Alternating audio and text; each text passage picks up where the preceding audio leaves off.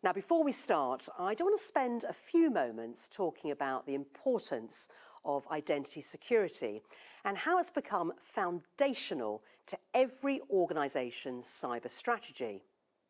It almost goes without saying that the shift to remote working during the COVID-19 pandemic, coupled with recent high-profile cyber attacks, have made cybersecurity front of mind. But despite growing risk awareness, decision makers often have different priorities from their cyber experts when it comes to security, and some are not prioritising incorporating cyber risk into business strategy and often not integrating cyber leaders into business processes.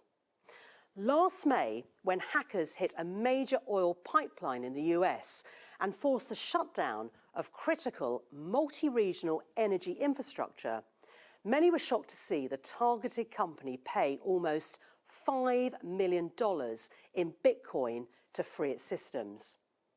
But perhaps more shocking was the fact that this devastating security breach came through a single compromised password. And how about in July 2021, when cybercriminals went after an IT solutions provider, setting off a cascade of ransomware and shutdown attacks around the world? The attacks paralysed almost 1,500 companies using the provider's products, and in this case, hackers gained access through an authentication bypass on the provider's US web interface. Well, according to a recent PwC Global CEO survey, business leaders are more concerned about a cyber attack undermining their growth than a macroeconomic shock. In fact, 49% of CEOs said cyber attacks was their number one concern. And this makes sense, because the World Economic Forum estimates that the cost of cybersecurity breaches, on average, is $3.6 million per incident. So knowing all that, I think it's really troubling to think that companies need 280 days on average to identify and respond to a cyber attack. That's 3/4 of a year. Now, with the increase in hybrid and remote working, people and organisations have greater access to data and are sharing that data through widely used application programming interfaces, or APIs. And this enables collaboration, it fuels business growth, and of course drives efficiency. But it also comes with risk. Firstly, remote working has led many organisations to move employees from a bring-your-own-device workflow to a bring-your-own-environment. So when the lines between work and personal use are more blurred, cybercriminals have more entry points to exploit. And cyber incidents in a borderless digital ecosystem can cause far-reaching effects and pose a bigger damage control challenge.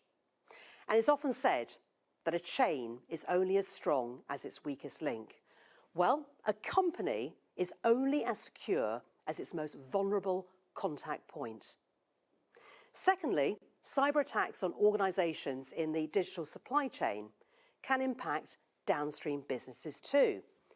I mean, just think back to 2021 when we saw one of the largest ransomware attacks in history, when a group called REvil exploited vulnerabilities in a remote monitoring and management software platform. And around 1,500 companies were disrupted as a result. And that included a Swedish grocery chain that was forced to temporarily close more than 800 of its stores.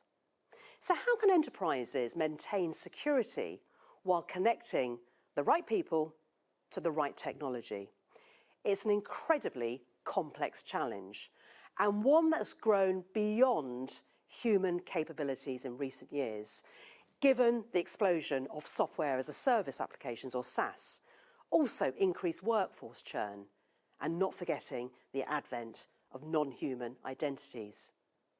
Today's large companies use more than 1,000 applications and sometimes support tens or hundreds of thousands of identities.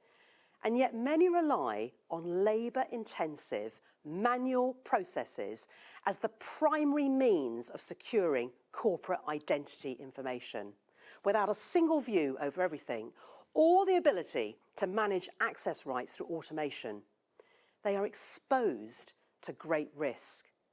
However, by harnessing the power of artificial intelligence and machine learning in an identity security offering, companies can connect the right people to the right technology in a way that's secure, agile, and built for the scale of today's enterprise.